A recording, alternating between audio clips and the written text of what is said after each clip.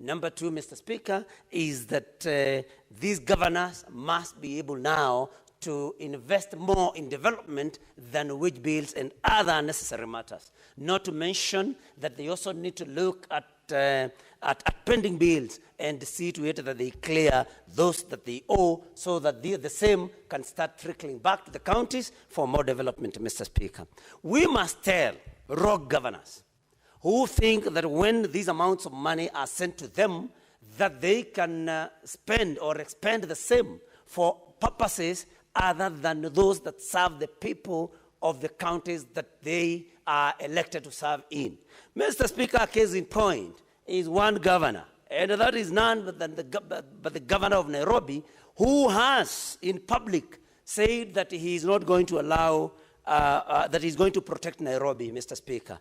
We want to tell such a governor that these funds that we have so worked so hard to negotiate for them must be used for the good of the people in their counties and not for any criminal activities. Goons must not be financed from the amounts that we have negotiated for these counties, Mr. Speaker. Mr. Speaker, what is the point of order, Senator Mandago? Honorable Speaker, I didn't want to interrupt my good friend, the Senator from Murang'a, but understanding Order 105 as a statement of fact, can the Senator from Murang'a provide evidence that the governor for Nairobi has used the funds for Nairobi to pay goons? Honorable Speaker, we have not even released this money. We are just debating on what is going to be shared, and the governor, the Senator is making statements that I believe are not of fact. Can he provide evidence to the same? Honorable Speaker, the governor for Nairobi is within his rights to protect the property of the business people in Nairobi. We have witnessed the destruction that is happening. Business people are losing their capital. Honorable Speaker, wouldn't it be the responsibility of the governor to ensure there is a thriving, conducive business environment? And the governor should then use the necessary resources and available means to make sure that the businesses are protected, because that is what creates employment. The biggest problem we have in this country is unemployment. How do we destroy what we have in the pretext of... You've made your point of order known. Senator Nyutu.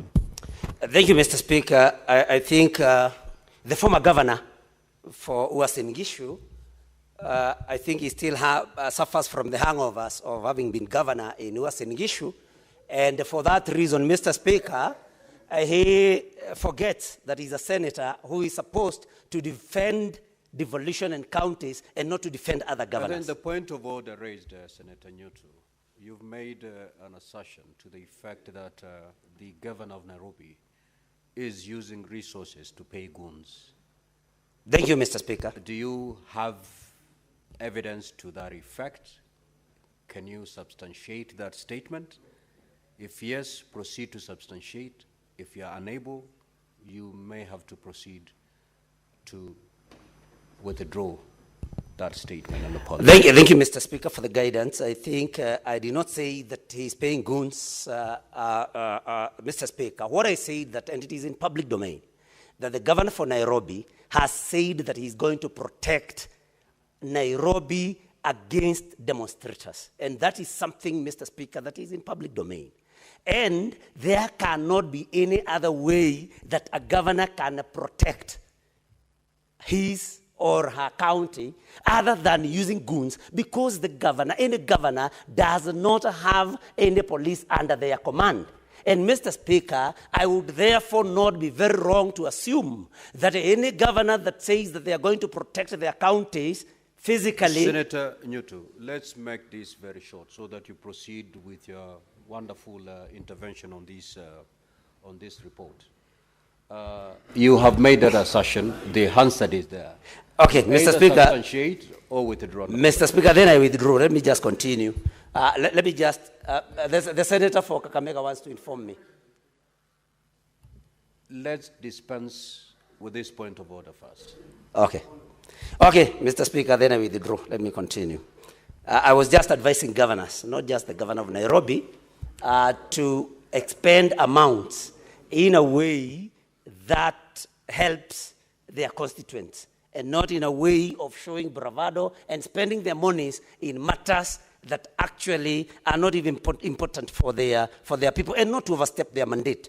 Mr. Speaker, we must also ask the national government, which in this particular mediated version is going to retain over 2.3 trillion Kenya shillings, Mr. Speaker, that these amounts also must be expended in the right way, must be expended in a way that is of benefit to the country, Mr. Speaker. We are disturbed that we find those serving in the national government, Mr. Speaker, carrying money in sacks every weekend, every weekday, as they go about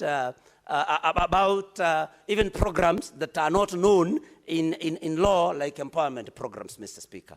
And we want to believe that these amounts are spent from the allocation that is made. So, Mr. Speaker, we would also want to call upon the national government to spend the amounts allocated to them in a way, Mr. Speaker, that, for example, creates jobs for our youth, improves health, because they are retaining amounts of money at the national level, just like Senator Mongatana submitted here, Mr. Speaker.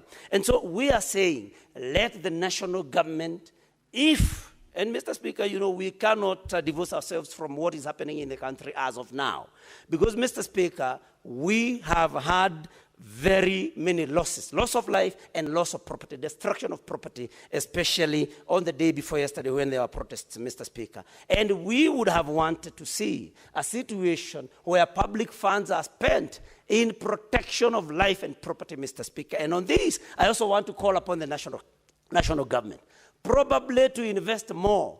If they need more police officers to maintain law and order, that then such is done, instead of failing in their duty and then blaming particular people and profiling some communities on something that is of national importance. Let us have more police officers, that is what we need, because the allocation has been made. Mr. Speaker, let us invest more in intelligence and to avoid most of the things that we are seeing here. And Mr. Speaker, we must also say that because we have had some very unfortunate happenings in our country, I think in the last about 72 hours, that we condemn in the strongest terms possible any loss of life, any destruction of property, because, Mr. Speaker, we must call some of these things out, because this is not the way to go. And we must call upon the CS for Interior, that we must be more responsible, Mr. Speaker. He appeared in this house just the other day about a killing, and Mr. Speaker, all of us are very disturbed to hear the CS calling on the police to shoot, to kill, giving them an order to shoot and kill, and even referring to some other authority above him, and we do not have to be very smart to know what that authority is, Mr. Speaker. And so we are saying that this is our country. All these monies that we are allocating to the counties, if there is no peace in the counties, then it will all be in vain. The national government must ensure that every person is safe, that every business person is safe, and they must not hide in the sand and blame somebody after things have been done. We have national intelligence services. They must be able to unfoil anybody, any plan to destroy life or property. For them to come and cry crocodile tears, Mr. Speaker, that is not something that we may want to allow. And it is important, as I sit down, Mr. Speaker, in support, to say that we live in this country, we exist in this country, not at the pleasure of anybody, Mr. Speaker. We are here because God placed us here, and we have a right to be here. We may serve in the cabinet at the pleasure of somebody. We may serve in the president in some appointments at the pleasure of somebody, and that is especially the president. But we do not live in this country at the pleasure of the president or at the pleasure of anybody else, Mr. Speaker. We live here because God placed us here. Let us build a good country for all of us. Thank you, Mr. Speaker. I support this particular version. Senator Tabitha.